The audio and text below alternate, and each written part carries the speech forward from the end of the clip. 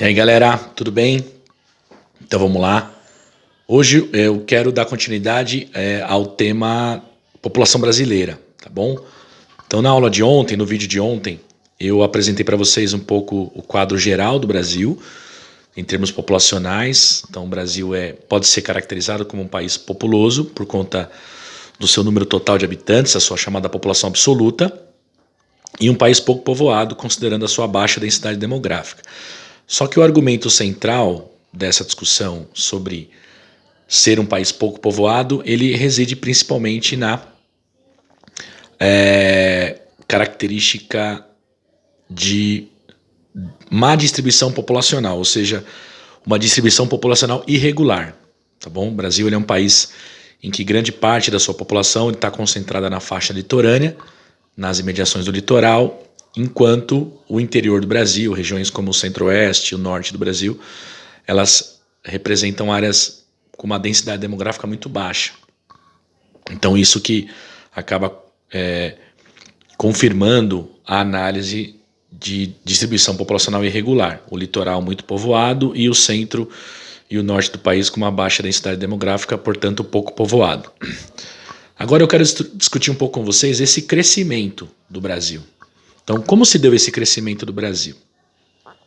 O primeiro levantamento populacional feito no Brasil, ainda de forma talvez muito, sem nenhuma, talvez com pouco embasamento técnico, científico da estatística, nós não temos muita clareza da maneira, né? Mas há um levantamento, ainda no período monárquico brasileiro, um levantamento feito em 1872, que apontou que no Brasil, naquela época, então já éramos Brasil independente, mas ainda éramos uma monarquia, o Brasil tinha aproximadamente pouco mais de 9 milhões de habitantes. Então, esse é o dado, 9 milhões de habitantes. Teria sido o primeiro levantamento populacional feito pelo Brasil. Dali em diante, outros levantamentos foram feitos. Eu vou apontar alguns dados só para a gente ter uma noção do crescimento.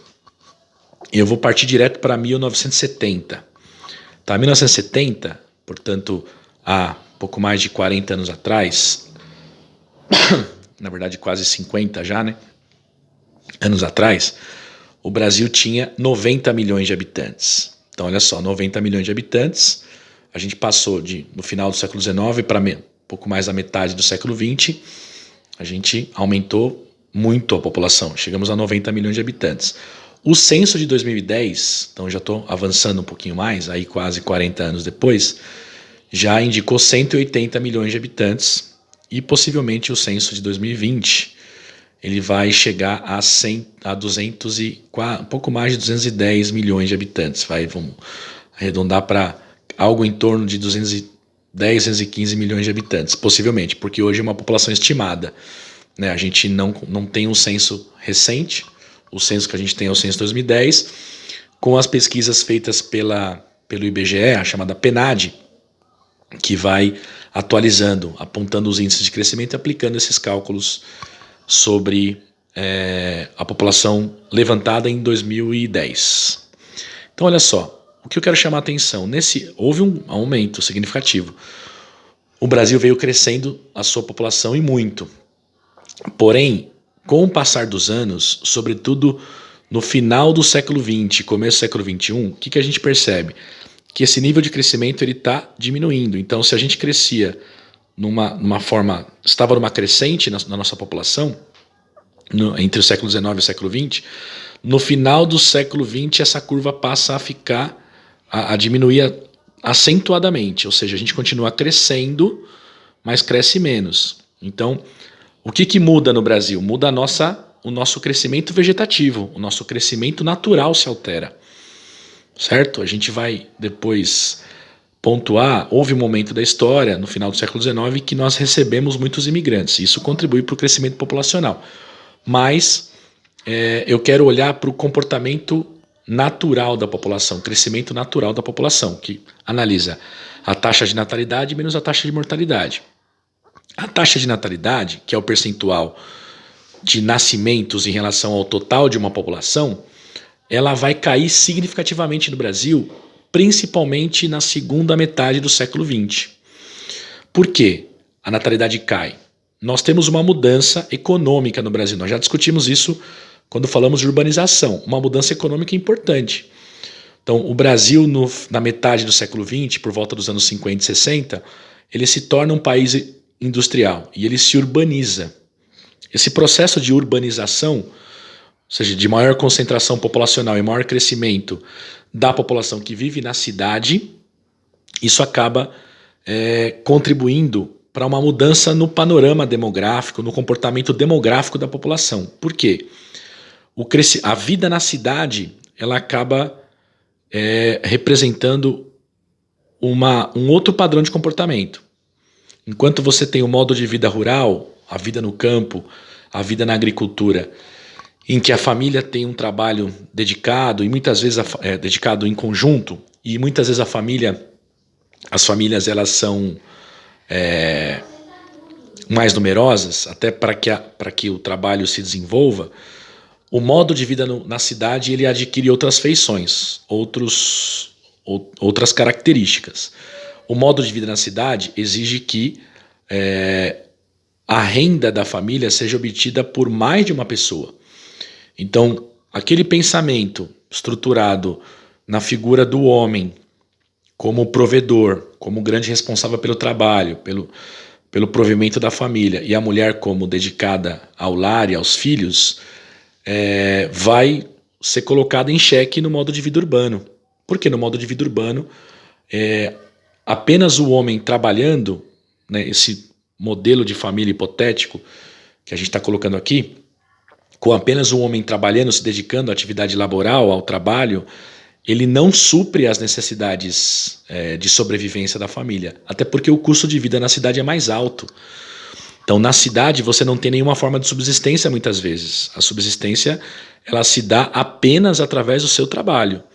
Então, não obtendo renda através do trabalho, a família fica comprometida.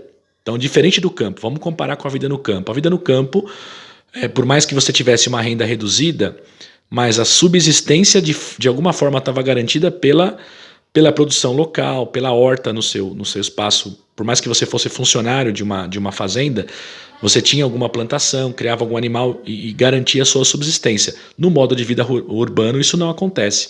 O modo de vida urbano vai exigir que tudo seja obtido a partir da aquisição, da compra. Então você tem um mercado muito mais aquecido e funcionando e exigindo que as pessoas tenham renda para poder consumir, para poder sobreviver. Então qual é a consequência desse novo contexto?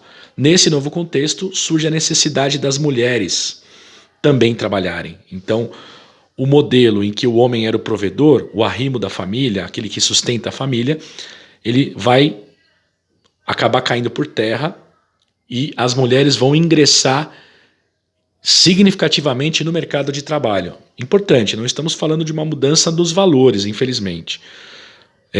Muitos homens ainda sustentam um pensamento extremamente machista, de que a mulher tem mais sensibilidade, que deve se dedicar às atividades do lar e dos filhos. Mas, estatisticamente, a gente vai percebendo um ingresso cada vez maior das mulheres no mercado de trabalho. Isso por volta dos anos 70 e 80 do século XX. Qual é a consequência imediata desse ingresso da mulher? Esse ingresso da mulher ele resulta numa redução da fecundidade.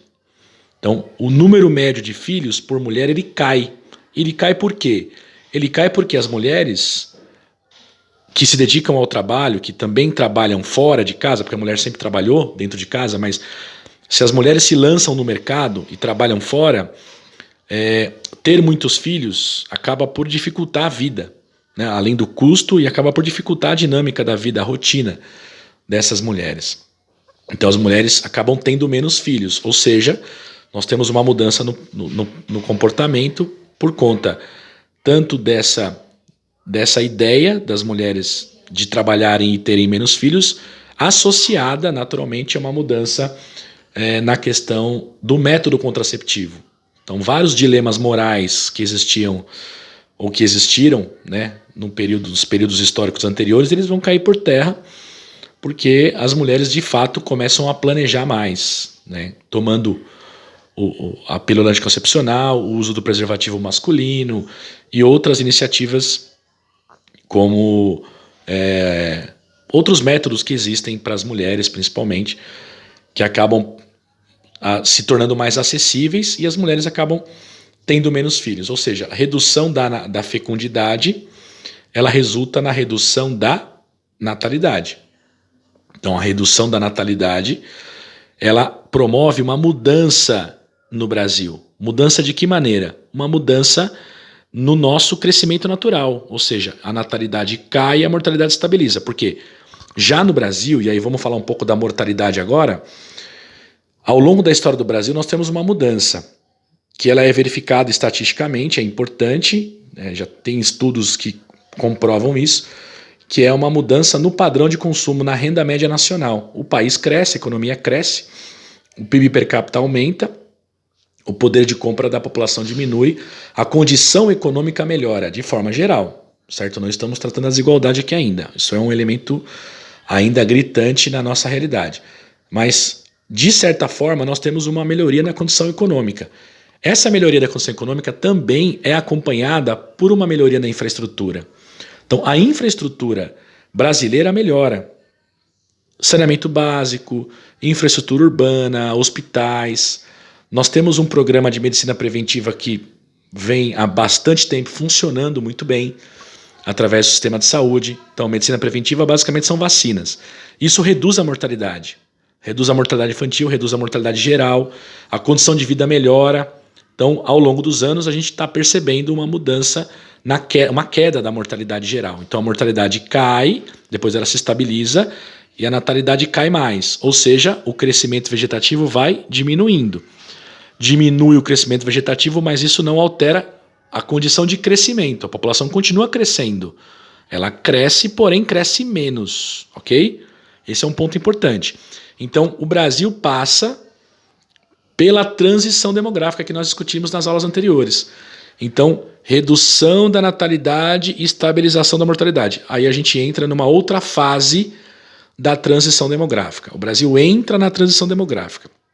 E isso já suscita um novo debate no Brasil com relação ao aumento da população idosa. Esse é um ponto importante que eu quero depois me atentar com vocês. Isso é um assunto que eu quero entrar na próxima semana. O aumento da população idosa. A população idosa ela fica mais numerosa, a expectativa de vida aumenta e isso exige medidas emergenciais, imediatas, do Estado brasileiro para poder dar conta de algumas situações, como saúde pública, como acessibilidade no transporte público, como previdência social. Então percebam que o debate sobre população ele não fica restrito a dados, a números do tipo cresceu, aumentou, diminuiu. Ele tem toda uma questão, um panorama econômico que é fundamental a gente colocar como componente de análise, ok? Então, por enquanto, eu quero ficar nesse tema para que na próxima aula a gente comece a discutir com mais profundidade o tema do aumento da expectativa de vida e a consequência dessa maior população idosa no Brasil. Tudo bem? Valeu, galera. Obrigado. Até mais.